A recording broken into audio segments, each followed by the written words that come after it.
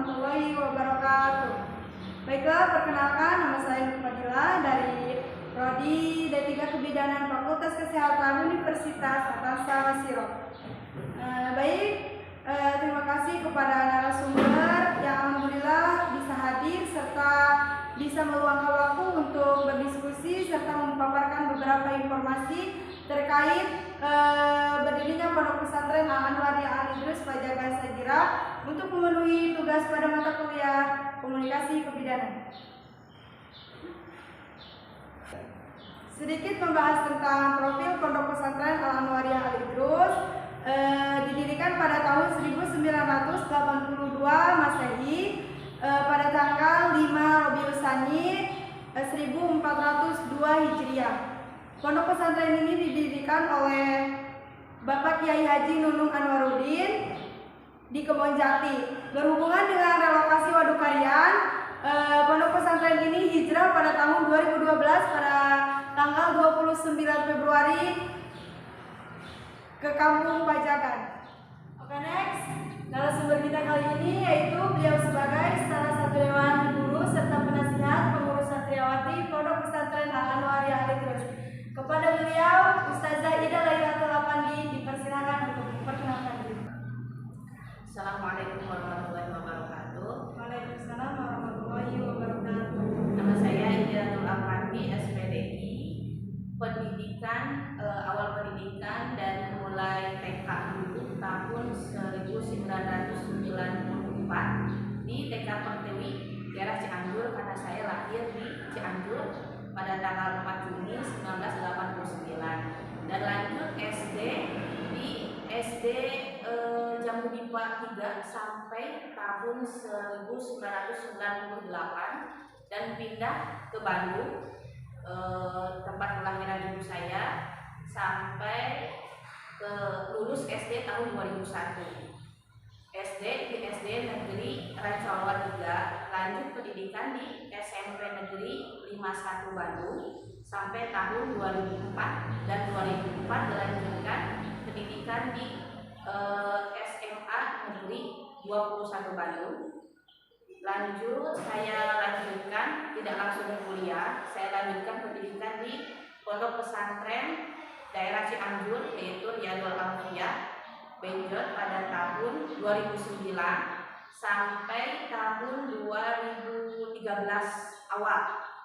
Ketika itu dari situ saya lanjut pendidikan ke Pondok Pesantren daerah Ciamis Tasikmalaya, Pondok Pesantren Miftahul Huda Usmaniyah, dan lanjut menikah tahun 2013. Dari situ saya lanjutkan lagi pendidikan S1 di STRI yang Nisa Bandung. Ya.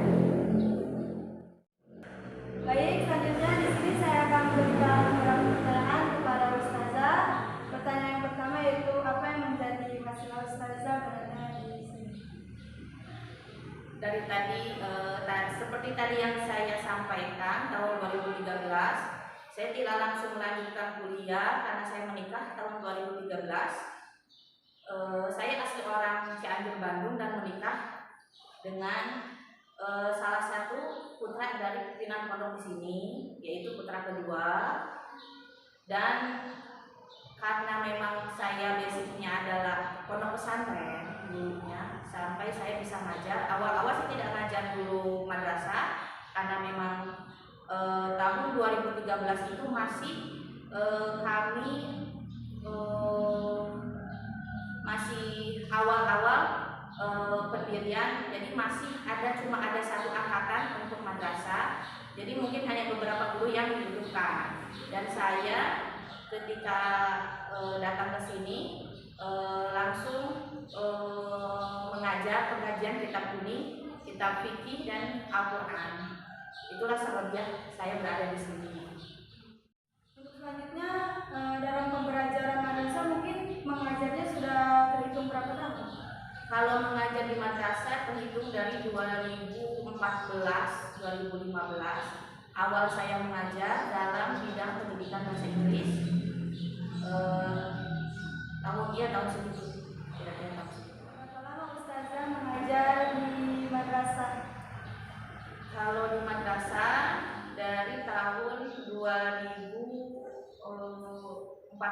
2015 awal. Waktu itu saya masuk mengajar di bidang bahasa Inggris, dilanjutkan karena memang kami kekurangan beberapa guru. Dilanjutkan selain mengajar bahasa Inggris, saya juga merangkap mengajar bidang SBK seni kebudayaan, dan dilanjut saya pernah megang pelajaran geografi, tapi karena memang ada guru tambahan, saya pun tidak memegangnya lagi, dan hari ini sampai detik ini saya mengajar di bidang akidah akhlak. Bagaimana cara Ustazah menangani santri yang sulit diatur dari bidang pondok? Untuk mengatasi santri yang susah diatur, karena memang basically-nya adalah di sini semua santri itu kalau dari segi umur, karena memang umur 13 sampai umur 20 masuk kategori remaja, dan memang remaja itu sangat wajar ya kalau misalkan bukan susah diatur, karena memang mereka mencari jati diri. Dan pondok pesantren itu memang tugasnya adalah membuat karakter seorang santri itu menjadi lebih baik. Kalaupun memang mereka awal-awal tidak baik, ya tugas kita adalah sedikit-sedikit meluruskan. Walaupun awalnya mungkin susah, kita coba untuk menasihati bagaimanapun caranya. Mungkin karena memang di pondok pesantren ini untuk laki-laki dan perempuan ada bidang kepengurusannya, ada beberapa orang yang memang khususkan untuk ada bidang pendidikan dan bidang lain sebagainya. Mereka pun kami beri tugas supaya bagaimana cara mengatasinya. Walaupun misalkan memang awal-awal itu pasti banyak yang susah, dan kami pun tidak hanya kami yang berusaha, kami juga meminta bantuan kepada para orang tua mereka. Dan kalaupun misalkan ada yang memang harus dihukum, hukumannya pun sesuai dengan apa yang ditanamkan dalam pendidikan, dan tidak di luar daripada koridor itu, dan tidak melanggar apapun, dan sesuai dengan syariat. Motivasi Ustazah untuk tetap bertahan di bidang ini? Motivasi saya yang pertama yaitu karena memang saya salah satu daripada Dewan Guru dan salah satu bagian dari keluarga yang ingin memajukan pondok pesantren ini bagaimanapun caranya. Walaupun awal-awal kami terbatas, tapi insya Allah ada tekad, ada tujuan, pasti Allah akan membantu. Dan yang kedua adalah dari mungkin banyak sekolah madrasah di daerah Lebak ini ataupun di semua tempat, semua ada, cuman pasti ada satu sisi baik dan satu sisi jeleknya. Tidak semua tempat itu jelek, tidak semua tempat itu baik.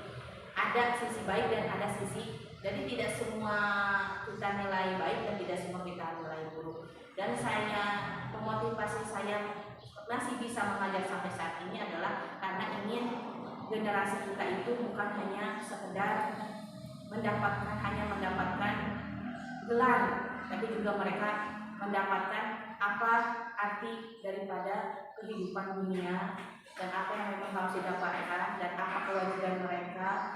Dan mereka juga harus memiliki cita-cita, walaupun mereka adalah seorang perempuan, tapi saya harap pendidikan tinggi tidak menghalangi mereka, seorang perempuan tidak menghalangi mereka untuk berpendidikan tinggi. Karena walau bagaimanapun juga perempuan adalah madrasah pertama bagi anak-anaknya, dan juga tidak menutup kemungkinan di zaman sekarang ini banyaknya pemimpin-pemimpin perempuan yang banyak melakukan perubahan untuk negara ini, untuk banyak juga kepala-kepala negara yang dinaungi oleh perempuan. Dan saya harap masuknya mereka ke madrasah, yayasan pondok pesantren, bukan hanya pendidikan agama saja yang mereka dapat, tapi juga mereka dapat masuk ke dalam bidang-bidang yang mereka inginkan. Salah satu contoh yang kita tahu adalah ketika seorang